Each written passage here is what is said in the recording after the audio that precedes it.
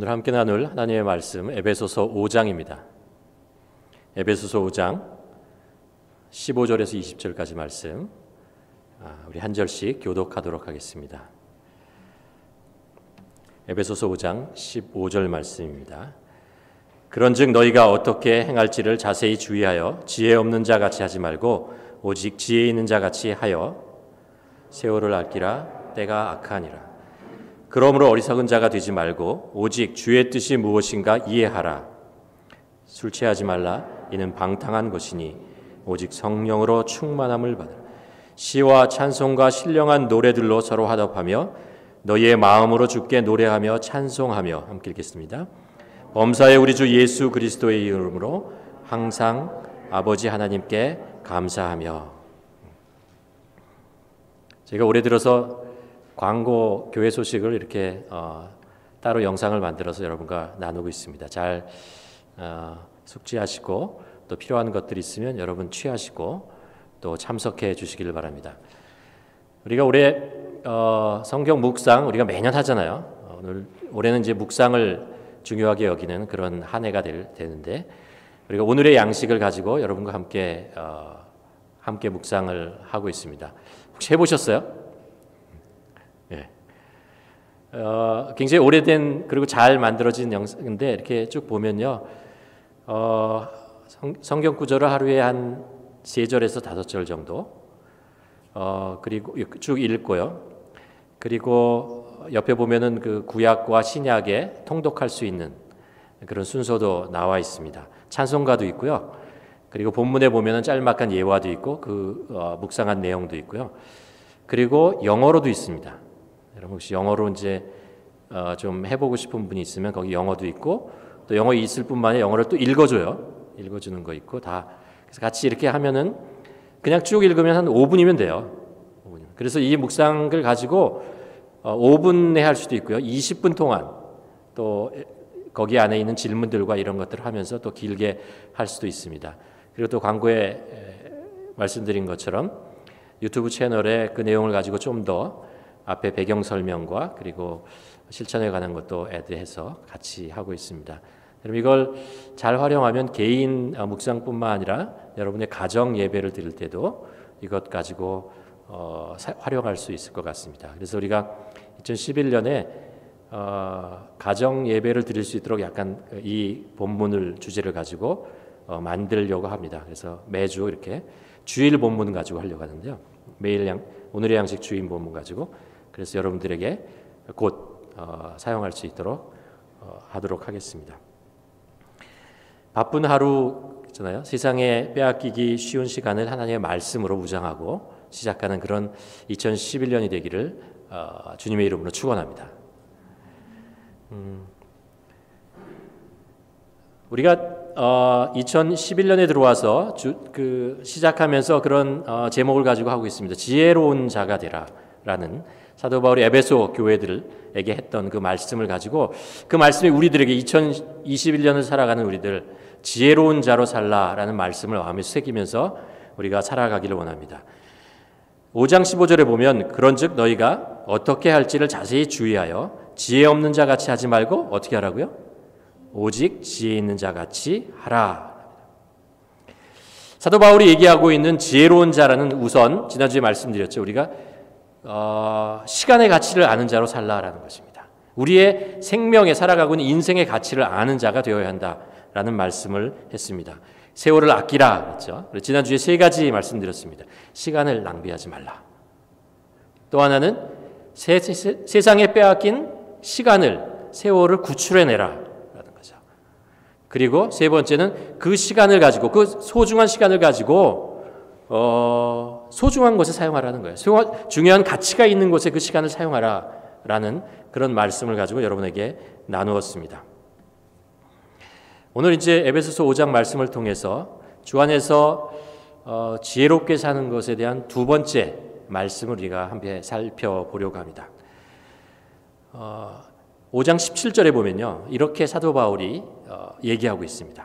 함께 5장 17절 말씀을 다시 한번 봉독해 볼까요?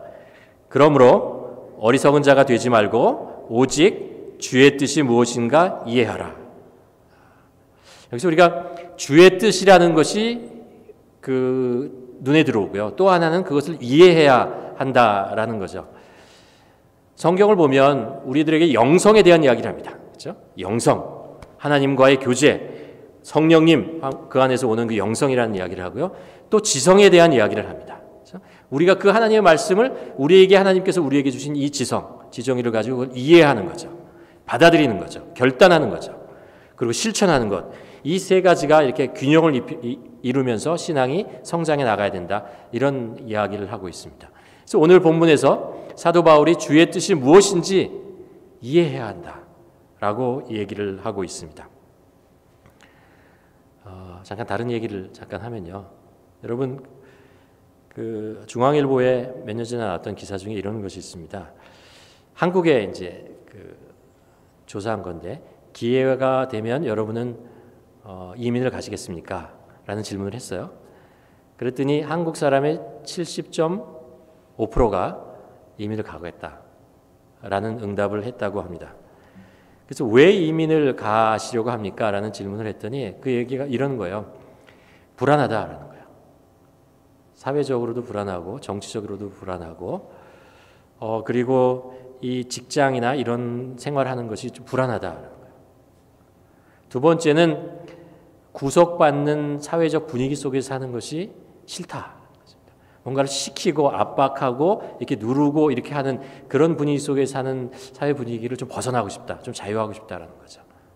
세 번째는 이제 노후. 나중에 어떻게 살지에 대해서 지금은 이러고 일하고 살지만 나이가 들어서 어떻게 살 것인가 이런 불안한 마음이 있어서 그런다. 이렇게 얘기를 했다. 그래서 그러면 어느 나라로 이민을 가고 싶으냐 했더니 놀랍게도 1위가 캐나다입니다. 22.1%가 캐나다, 그리고 호주, 미국 이렇게 나왔어요. 그래서 캐나다에 뭐가 그렇게 이민 가고 싶은 나라인가라는 것을 보면요. 이제 나라에 대한 조사가 있잖아요. 거기 보면은 세계에서 가장 살기 좋은 나라의 상위권에 늘 있어요. 그리고 세계에서 가장 평판이 좋은 나라, 이거 좀 이해가 돼요. 한동안 뭐 9.11 테러 있고 막 그럴 때요. 미국 사람들이 캐나다 마크를 막 사갔어요.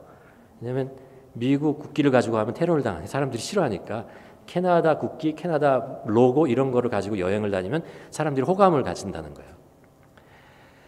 세계에서 가장 평판이 좋은 나라 중에 상위이고 또 하나는 세계에서 가장 부패 지수가 낮은 나라가 캐나다가 들어간다는 거죠. 뿐만 아니라 뭐 다민족 국가이면서 인종차별이 적은 나라. 그리고 캐나다 여러 국민들한테 물어보면 10명 중에 8명이 이민자들이 국가 경제에 혜택을 주고 있다. 컨트리뷰션을 하고 있다라는 그런 대답을 하고 있다고 합니다. 그리고 또 캐나다 정부 자체가 이민자를 받아들이는 것을 적극적으로 하죠. 매년 25만 명의 이민자를 계속해서 받아들이고 있습니다.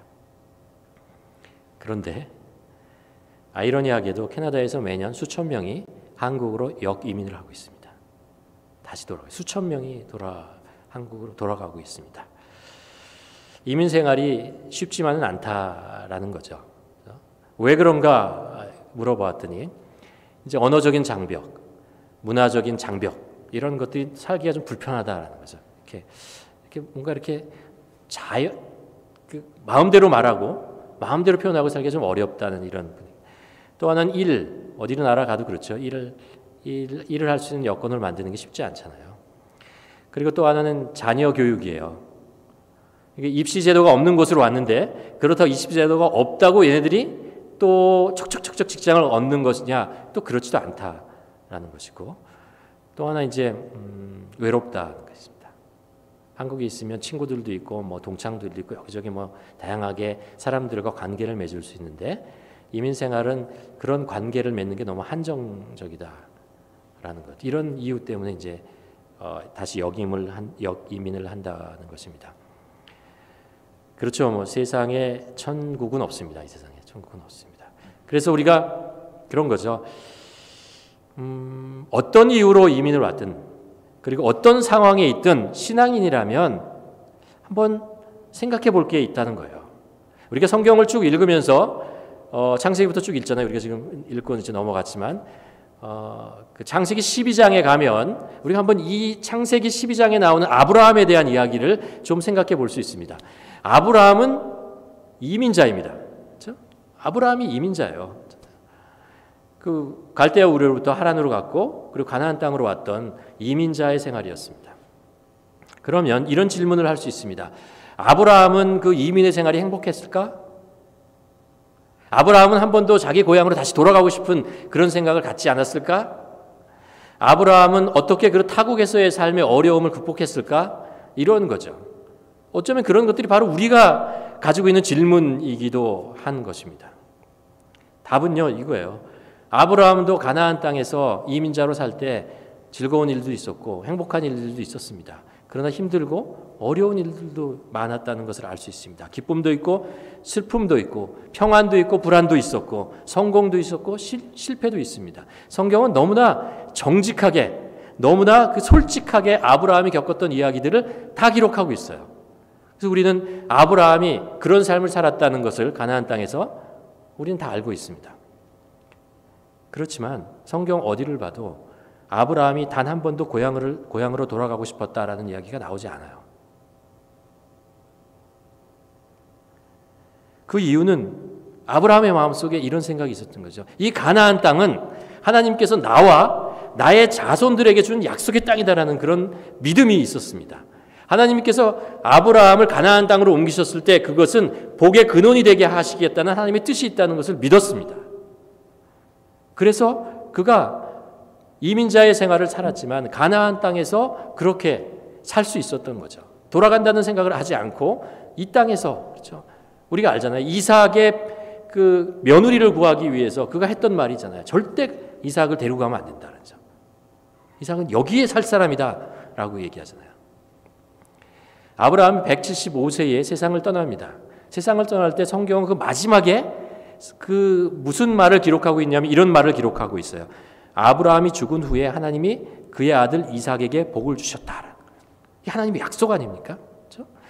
어디서 그러냐면 가나안 땅에서 아브라함의 아들이었던 이삭에게 복을 주었다라는 것입니다. 이 땅이 너희 자손이 복을 받을 것이다 라는 것, 아브라함이 이것에 대한 확신을 가지고 있었던 것이죠. 내가 어디에 가고 무엇을 하고 어떤 삶을 사느냐는 것보다 내가 어떤 부르심을 받았고 하나님의 인도하심을 받고 동행하였다라는 것이 이게 더 우리들에게 복이 된다라는 것을 우리가 알 수 있습니다. 아브라함은 하나님을 삶의 목적으로 살고 살았다는 것을 알 수 있습니다. 우리 삶을 통해서도 요즘 그런 비슷한 것들을 경험합니다. 처음에 이제 코로나 바이러스가 우한에서 이렇게 생겼잖아요. 그리고 그것이 한국으로 전파되고, 잖아요. 일본으로 전파되고, 뭐 이러면서 와, 한국 큰일 났다. 내가 캐나다에 사는 게 안전하다. 잘 왔구나. 이런 생각을 처음에 했잖아요. 그러다 이게 시간이 지나니까 이게 유럽, 뭐 이태리로부터 스페인으로부터 막 퍼지더니 미국, 캐나다 막 오는 것을 알 수 있습니다. 오히려 한국은 방역을 잘해서 확진자가 더 적게 나오는데, 근데 캐나다는 그 럭다운을 했는데도 이게 잘 생각보다 줄지도 않은 이런 상황 속에 놓여 있는 것을 볼 수 있습니다. 한국이 더 좋구나 라는 또 거꾸로 생각을 하게 되는데 또 몰라요. 그렇죠? 상황이 또 어떻게 될지도 모르고 우리가 살고 있는 환경이 어떻게 변할지 그것은 우리가 알 수 없는 것입니다. 그러니까 어떤 일을 할 때 중요한 것은 방법이다. 무엇을 할 것이냐라는 것보다 어떤 방향으로 어떤 목적을 가지고 내가 사는가라는 것이 훨씬 더 중요하다는 것을 알 수 있습니다. 게으른 것보다 시간의 가치를 알고 소중히 여기는 것이 중요합니다. 그러나 얼마나 내가 열심히 어떤 방법으로 무엇을 하며 사는 것보다 더 중요한 것은 내가 어떤 방향으로 어떤 목적을 가지고 내가 살고 있는 것이냐라는 것이죠. 그렇지 않으면 우리나라 말에 헛수고라는 말이 있잖아요. 수고를 했는데 헛되다. 그 안에 비어있다. 헛되다라는 것은 비어있는 거죠. 수고의 열매가 없다는 것입니다. 왜요? 방향이 잘못되면 그렇다는 거예요. 지혜롭게 살려면 내가 가야 할 방향이 어딘가를 알고 그 방향을 먼저 정하는 것이 중요하다라는 것을 알 수 있습니다. 그리고 성경이 우리에게 가르쳐주는 것은 뭐냐 하면은 하나님의 뜻이 나의 뜻이 될 수 있도록, 아니요, 나의 뜻이 하나님의 뜻에 맞춰지도록 살아야 된다는 것입니다. 하나님의 뜻이 무엇인가를 안다면 나의 인생을 그 뜻에 맞춰 사는 것이 지혜로운 삶이 된다라는 거죠. 그래서 아브라함은 이민자였는데 그 안에 꼭 앞에 수식어가 있어요. 믿음의 조상이에요. 믿음의 조상 아브라함이라는 것이 중요합니다. 그에게 목적, 인생의 목적이 항상 하나님이 있었다라는 것, 하나님에게 관심이 있었다는 것. 그가 가고자 하는 길은 왜 가냐 하면 그것이 하나님의 발걸음이고 하나님이 인도하시는 길이기 때문에 가는 것이다 라는 것입니다. 성공, 안전, 즐거움을 찾아 왔다 갔다 하는 것, 그것보다 하나님의 뜻을 따라 사는 것이 훨씬 더 지혜로운 삶이다 라는 것을 우리가 알 수 있는 거죠. 그래서 사도 바울은 오늘 본문에서 이렇게 권면합니다. 17절에서 그러므로 어리석은 자가 되지 말고 오직 주의 뜻이 무엇인가 이해하라. 우리가 에베소서를 통해서 이 사도 바울이 얘기하는 권면의 내용을 가지고 우리가 다시 좀 더 찾아봐야 될 것이 뭐냐면, 그러면 사도 바울은 에베소서에서 주의 뜻이 무엇이라고 설명하고 있는가라는 것이에요. 주의 뜻이 무엇이라고 에베소서에서 사도 바울은 얘기하고 있는가, 우리에게 알려주고 있는가라는 것입니다. 에베소서를 읽어보면요, 에베소서는 굉장히 짧아요. 6장밖에 되지 않습니다. 이 6장 되는 것을 크게 두 부분으로 나눌 수 있습니다. 1장에서 3장까지 내용과 4장에서 6장까지 내용인데요. 1장에서 3장까지 내용의 핵심이 뭐냐면 유기체적 공동체인 교회에 대한 이야기를 하고 있습니다. 거기에 핵심 구절을 1장 10절에서 찾을 수 있는데요. 하늘에 있는 것이나 땅에 있는 것이나 다 그리스도 안에서 통일되게 하려 하심이다 라는 것입니다. 통일, 하나 되게 하는 것, 교회의 일치와 하나됨, 이 이야기를 계속해서 해나갑니다. 그리고 4장부터 6장까지 내용의 핵심이 되는 구절은 4장 13절이라고 할 수 있습니다. 13절을 보면요, 우리가 다 하나님의 아들을 믿는 것과 아는 일에 뭐가요? 하나가 되어 온전한 사람을 이루어 그리스도의 장성한 분량이 충만한 데까지 이르니라. 사도 바울은 계속해서 하나됨, 통일됨, 이런 이야기들을 계속하고 있는 것을 알 수 있습니다. 우리가 먼저 살펴야 될 것이 뭐냐 하면 사도 바울이 지금 얘기하고 있는 교회란 무엇인가요? 주님이 교회를 세운 목적이 무엇이냐라는 것입니다. 바울은 주님의 뜻이 무엇인가를 알려면 주님이 교회를 세우신 목적이 무엇인가를 통해서, 그것을 통해서 우리가 알 수 있다라는 이야기를 하고 있습니다. 이것을 깨달으면 나의 삶을 향한 하나님의 목적이 무엇이냐도 알 수 있는 거예요. 주님의 뜻이 무엇이냐라는 것도 알 수 있다는 것입니다. 사도 바울의 논지의 흐름이 그런 것이에요. 교회에 대한 이야기를 하고, 우리가 주님이 교회를 세우셨잖아요. 교회를 세우신 목적이 무엇이냐를 알면은 내가 이 세상에서 무엇을 하면서 살아야 되는 사람인지, 하나님이 나를 이 세상에서 어떤 뜻으로 이 세상에 나를 살게 하셨는지를 알 수 있다라는 거죠. 그래서 우리가 예수님께서 교회를 세우신 목적이 무엇이냐를 이 에베소서에서 우리가 찾아야 주님의 뜻이 무엇인지를 알 수 있는 것입니다. 두 가지를 우리가 찾을 수 있습니다. 하나는 뭐냐면 교회는 성도들의 보금자리라는 것입니다. 성도들의 보금자리라는 거예요. 2장 19절에 보면 교회는 하고 얘기하면서 하나님의 권속, 하나님의 가족이라고 얘기합니다. 가족이라는 거예요. 그 이유를 설명하면서 2장 17절, 18절, 13절, 14절에서 이렇게 얘기를 합니다. 이제는 전에 멀리 있던 너희가 그리스도 예수 안에서 그리스도의 피로 가까워졌느니라. 그가 우리의 화평이신지라 둘로 하나를 만드사 원수된 것 곧 중간에 막힌 담을 자기의 육체로 허시고 라고 얘기합니다. 예수님 때문에 우리가 가까워지고 한 가족이 되었다라는 그것이 교회다라고 얘기를 합니다. 근데 사실 사람이 누구인가라는 것을 가만 생각해 보면, 사람과 사람이 만나면, 여러 사람이 만나면 처음에는 이제 신기하고 알고 싶고 가까워지려고 노력을 하고 이렇습니다. 그래서 이렇게 좀 친해지고 이제 속마음을 드러내기 시작하고 그러다 보면요, 이게 뭐야? 이런 생각을 하게 됩니다. 나랑 다르네, 불편하네, 어색하네, 이거 뭐야, 힘드네, 이런 생각을 하게 돼요. 이상하다라는 생각을 합니다. 그러면서 마음속에 이게 뭔가 이렇게 불편함이 일어나고 시기가 일어나고 뭐 다툼이 일어나고 좀 멀어지는 그런 것들이 있습니다. 이 사람뿐만 아니라 국가와 국가도 그렇습니다. 국가의 역사, 세계 역사를 보면 가까이 있는 나라끼리 친한 나라들을 찾아보기가 별로 쉽지 않아요. 대표적인 나라가 한국하고 일본이죠. 그리고 여러분 유럽의 프랑스하고 영국이 가까운 것 같죠? 아니에요. 가깝지 않아요. 그 역사적으로 보면요. 30년 동안 전쟁을 하고 100년 동안 전쟁한 나라예요. 둘이 앙숙입니다. 앙숙. 프랑스와 독일 저는 알잖아요. 앙숙입니다. 이란, 이라크 뭐 가까운 나라끼리 친한 나라를 찾아보기가 어렵습니다. 또 한 나라가 불강해지고 힘이 세지고 그러면요. 꼭 옆에 있는 나라를 어떻게 뭉개고 잡아먹으려고 그래요. 이스라엘 역사에도 봐도 그렇잖아요. 아시리아, 바벨로니아, 그리고 뭐 페르시아, 로마, 그리스 모든 나라들이 그냥 주위에 있는 나라들을 다 이렇게 어떻게 하면 자기의 것으로 할 것인가 이런 것을 볼 수 있습니다.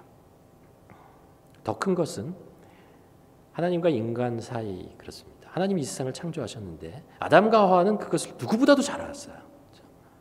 하나님이 자기를 창조하신 분이라는 것을 알았어요. 근데 아담과 하와가 하나님의 뜻을 어기고 선악과를 따먹고 하나님을 배반하잖아요. 그 이후로 인간의 역사는 뭐냐면 이런 한마디로 정의할 수 있어요. 그 마음에 하나님 두기를 싫어하더라라는 말씀. 로마서 1장에 나오는 이 말씀 가지고 인간의 모습을 다 정의할 수 있어요. 그 마음에 하나님이 두기를 싫어하고 대적하고 자기 마음대로 하면서 죄를 짓고 하나님에서 떠나간. 그래서 사람과 사람 사이에 국가와 국가 사이에 하나님과 인간 사이에 벽이 생기는 거죠. 벽이 생겨 나갔습니다. 예수님께서 이 세상에 오신 것 그것을 십자가에서 원수게 된 것을 다시 부수시고 회복시키는 것이다 라고 사도 바울이 그래서 이렇게 얘기하는 것입니다. 십자가라고 하는 것은 예수님께서 우리 죄를 대신해서 죽으신 우리를 구원하신 사건입니다. 근데 에베소서에는 그것을 어떻게 표현하냐 하면요. 인간과 인간 사이에 있는 벽을 허무는 사건이다 라고 얘기합니다. 그러니까 십자가의 사건은 화평의 사건이에요. 평화를 이루는 거예요. 하나님과 인간 사이의 평화, 인간과 인간 사이의 평화, 인간과 자연과의 평화, 이것을 회복하는 것, 그것이 바로 십자가의 목적이었다라는 것을 얘기하고 있습니다. 사도 바울은 굉장히 어떻게 보면 그 개인주의가 발달한 우리가 가지고 있는 십자가의 의미와 다른 것으로 해석하고 있다는 것을 알 수 있어요. 우리는 개인주의가 발달한 이 나라에는 우리들은 그냥 자연스럽게 십자가는 나를 구하는 사건이야 라고 생각을 하는데 사도 바울은 그렇게 얘기도 하지만 에베소서 이 보면 사람과 사람 사이에 갈라졌던 그 관계를 벽을 허물고 그 관계를 회복하는 화평케 하는 사건이다 라는 하나 되게 하는 사건이다 라고 표현하고 있는 것을 알 수 있습니다. 그래서 예수 그리스도의 피로 중간에 막힌 담이 허물어지고 우리가 하는 말로 서로 미워하지 않고 서로 다투지 않고 서로 시기하지 않고 주 안에서 서로 사랑하고 겸손하고 위로하고 격려하고 가족이다라는 거예요. 가족. 함께 예배드리고 말씀을 배우고 또 한 마음으로 교제하는 것 그것이 십자가에서 이루려고 하던 사건이고 그렇게 해서 나타난 것이 뭐라고요? 교회다라는 거예요. 그게 교회다라는 거예요. 세상 사람들에게 십자가를 통해서 나타내는 세상 사람들에게 보여주고자 하는 결과물, 열매가 뭐냐면 교회라는 거예요. 화평한 모습을 보여주고 이게 교회다라는 것. 십자가의 은혜로 입은 결과가 교회다. 화평케 하는 사람들의 모임이다라는 것을 드러내는 거죠. 그게 바로 교회입니다. 그래서 교회는 성도들의 보금자리예요. 또 하나 사도 바울이 에베소서를 통해서 얘기하고 있는 것은 뭐냐면 이것입니다. 사도 바울은 에베소서에서 또 하나 중요한 교회를 향한 하나님의 뜻을 얘기하고 있는데 에베소서 3장 6절에 가서 우리는 그것을 찾을 수 있습니다. 3장 6절 우리 한 목소리를 한번 봉독해 볼까요? 시작. 이는 이방인들이 복음으로 말미암아 그리스도 예수 안에서 함께 상속자가 되고 함께 지체가 되고 함께 약속에 참여하는 자가 됨이라. 사도 바울이 얼마나 이것을 강조했는지 알 수 있습니다. 이방인들이요, 복음으로 말미암아 세 가지 반복해서 계속해서 얘기합니다. 뭐라고요? 함께 상속자가 된다는 거예요. 함께 지체가 된다는 것입니다. 함께 약속에 참여한 자가 된다. 같은 말이에요. 같은 뜻이에요. 근데 이것을 강조하기 위해서 세 번 다른 표현으로 계속해서 하고 있다는 것을, 얼마나 이것이 중요한 것인가라는 것, 교회가 세워진 목적 중에 얼마나 중요한, 주님의 뜻 중에 얼마나 중요한 것인가라는 것을 알 수 있어요. 한 번 얘기한 게 아니고 두 번 얘기한 것이고 세 번에서 계속해서 같은 뜻을 얘기하고 있는 것입니다.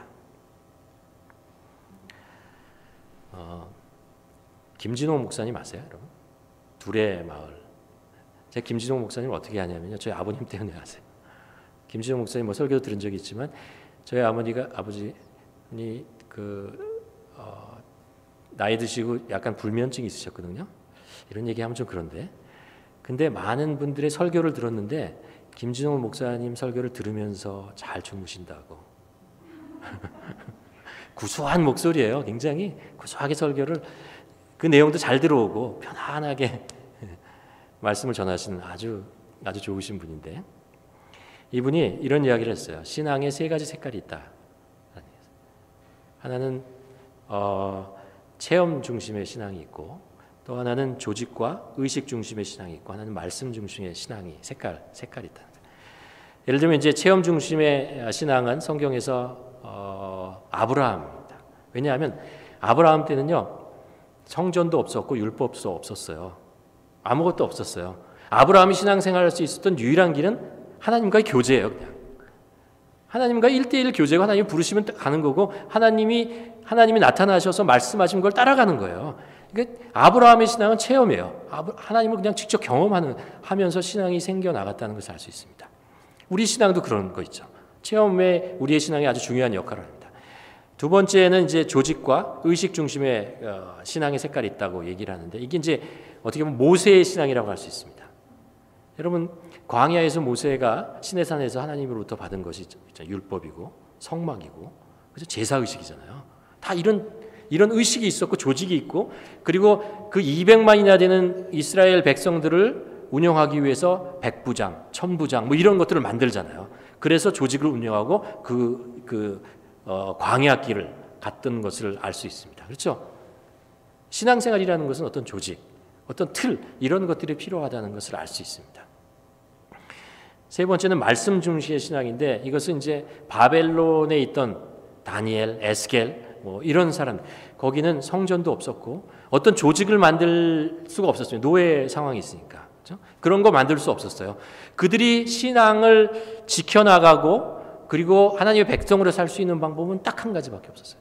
기도와 말씀이었어요. 기도와 말씀이었어요. 하나님의 말씀이 무엇인가를 보고 그것을 향해서 따라가는 거죠. 우리가 이걸 느낄 수 있는 게, 북한에 있는 성도들이 얼마나 성경을 갖고 싶어 하는지 아세요? 그들이 뭐 교회를 가서 예배를 드리겠어요? 아니면 어떤 조직을 만들어서 뭘 할 수 있겠어요? 성경책 보는 거예요. 찬양하고 기도하고 성경책을 읽을 수 있어요. 하나님의 말씀을 읽는 것으로 신앙을 지켜나가고 그 어려운 상황들을 이겨나가고 그러는 거죠. 이 모든 것들이 어떻게 보면 우리가 다 가지고 있는 다 같은 색깔 중에 하나라는 것을 알 수 있습니다. 근데 여기에 또 다른 신앙의 색깔이 있어야 한다고 생각합니다. 그것은 뭐냐면 실천적 신앙이에요. 사도 바울에게서 이것을 찾을 수 있습니다. 사도 바울은 다메섹으로 가다가 예수님을 만나죠. 그리고 3일 동안 앞을 보지 못하다가 아나니아의 기도를 통해서 눈을 뜨게 됩니다. 그리고 나서 그가 했던 게 뭐예요? 다메섹에서 예수님을 전해요. 그리고 나서 돌아와서 예루살렘에 와서도 그 사도들을 만나고 나서 예루살렘에서 또 복음을 전해요. 그러다가 쫓겨나죠. 그래서 자기 고향으로 다소로 갈 수밖에 없었고, 그 이후에도 계속해서 전도를 하고 선교를 하고, 그뿐만 아니라 예루살렘에 있는 교회들이 그 흉년으로 해서 힘들자 이방에 있는 그 작은 교회들을 통해서 구제 헌금을 걷어가지고 그걸 또 갖다 주고, 사도 바울은 믿음이 들어가면서부터 바로 실천하고 믿음대로 그 말씀대로 살아갔던 그런 사람이라는 것을 알 수 있습니다. 사도 바울이 1, 2, 3차 전도 여행을 마치고 예루살렘으로 돌아갑니다. 왜 돌아갔죠? 사도 바울이 예루살렘으로 돌아가려고 할 때 많은 사람들이 말렸어요. 왜냐하면 예루살렘의 상황이 험악합니다. 가시면 잡힙니다. 죽을 수 있습니다. 성령님도 막으십니다. 어떤 사람은 사도 바울의 이 목을 끌어안고요. 가지 마십시오. 울면서 얘기를 했습니다. 가지 마십시오. 제발. 그때 사도 바울이 사도행전을 보면 이런 고백을 합니다. 사도행전 20장에 보면요. 오직 성령이 각 성에서 내게 증거하여 결박과 환난이 나를 기다린다 하시나 내가 달려갈 길과 주 예수께 받은 사명 곧 하나님의 은혜의 복음을 증거하는 일을 마치려 하면은 나의 생명조차 조금도 귀한 것으로 여기지 아니하노라. 와, 어떻게 이런 고백을 할 수 있죠?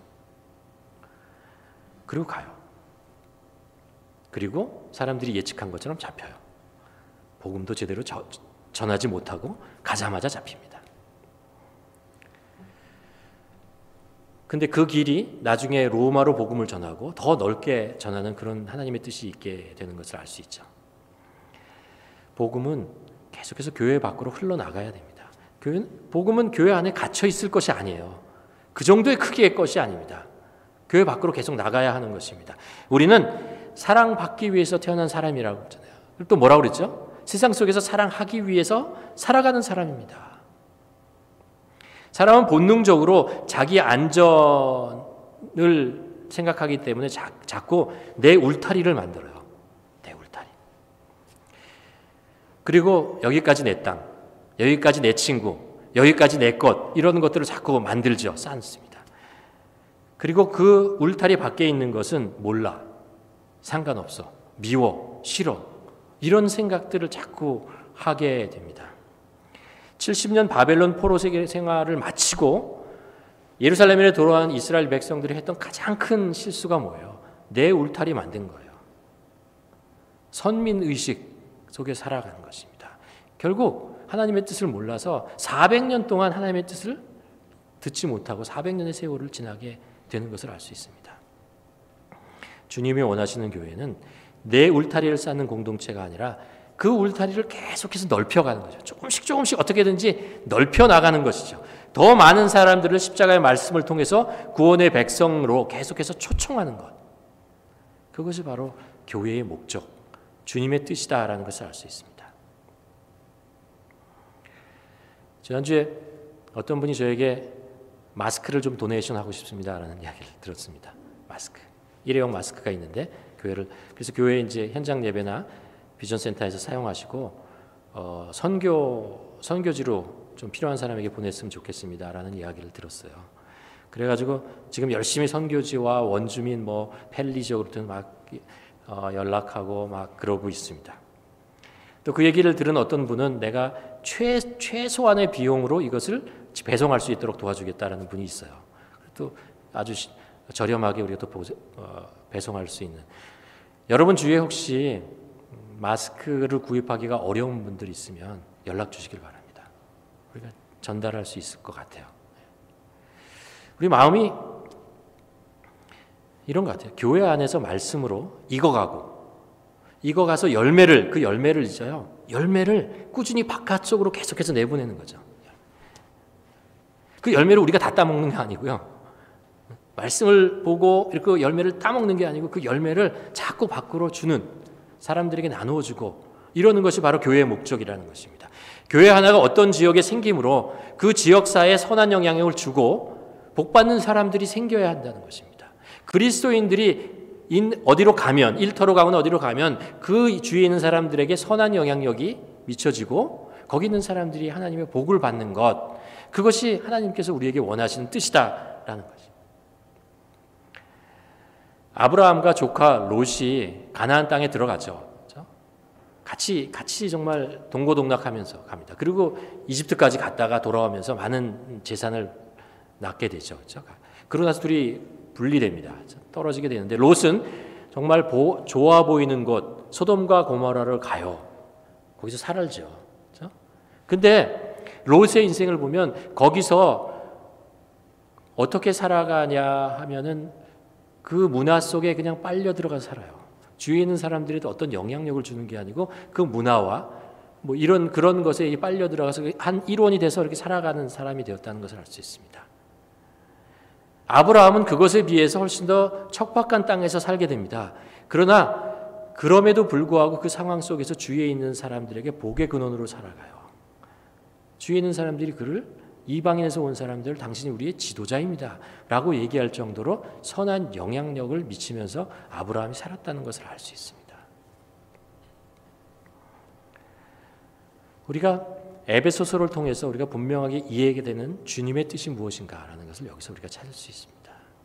우리가 십자가 안에서 하나 되고, 더 나아가서 세상을 복음으로 하나님과 하나 되게 하는 사명입니다.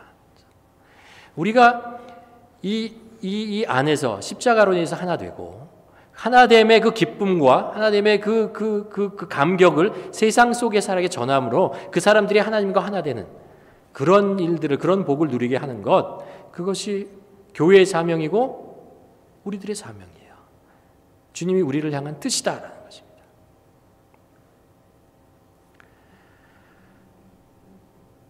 이 2021년 여러분, 우리가 2020년보다 조금 더 지혜로운 사람이 되었으면 좋겠습니다. 우리가 누구도 예외 없이 한 살 더 먹었잖아요.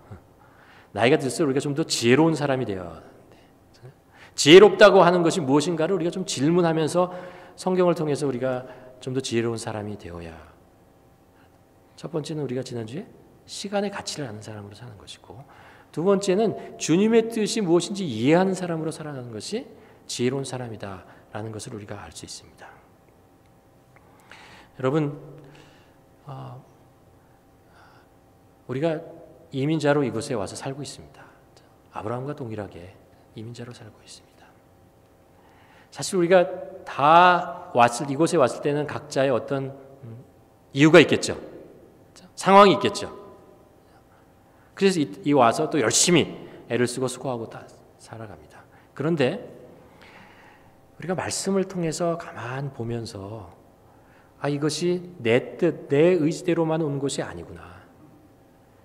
내가 이민 오게 된 것, 고향을 떠나서 이 땅에 살게 된 것은 아브라함처럼 하나님께서 나를 부르시는 목적이 있구나.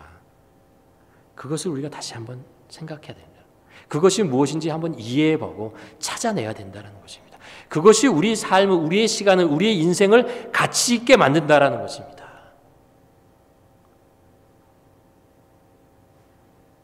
우리가 이 두 가지를, 적어도 이 두 가지는 우리 마음속에 꼭 새겼으면 좋겠습니다. 주님의 뜻이 무엇이냐라는 거예요.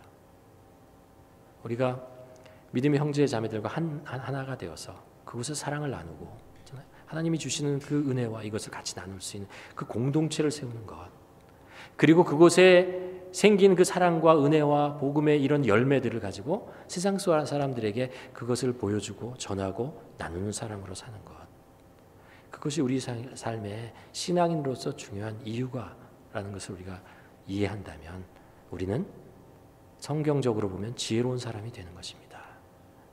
바라기는 우리 모두가 그렇게 사도 바울을 통해서 하나님께서 말씀해 주신 주님의 뜻을 마음속으로 받아들이고 그것을 우리의 기도 제목으로 계속 매일매일 내놓으면서 주님, 제가 하나님의 기쁨을 누리게 하여 주시옵시고 그 하나님의 기쁨을 세상 속에 전하는 자로, 나누는 자로 살게 하여 주시옵소서 고백하며 그것을 경험하는 우리 모두가 되기를 주님의 이름으로 간절히 축원합니다. 아멘. 이 시간에 한번 기도했으면 좋겠습니다. 이런 고백을 하면서 한번 기도했으면 좋겠습니다. 하나님, 제가 이 이민의 땅에 왔을 때 이런 이유를 대고 이런 목적을 대고 이런 상황 속이었습니다. 한번 정직하게 한번 내놓았으면 좋겠습니다. 그런데 성경을 통해서 바라보니 이것이 나의 뜻만이 아니고 하나님의 인도하심이 있었습니다.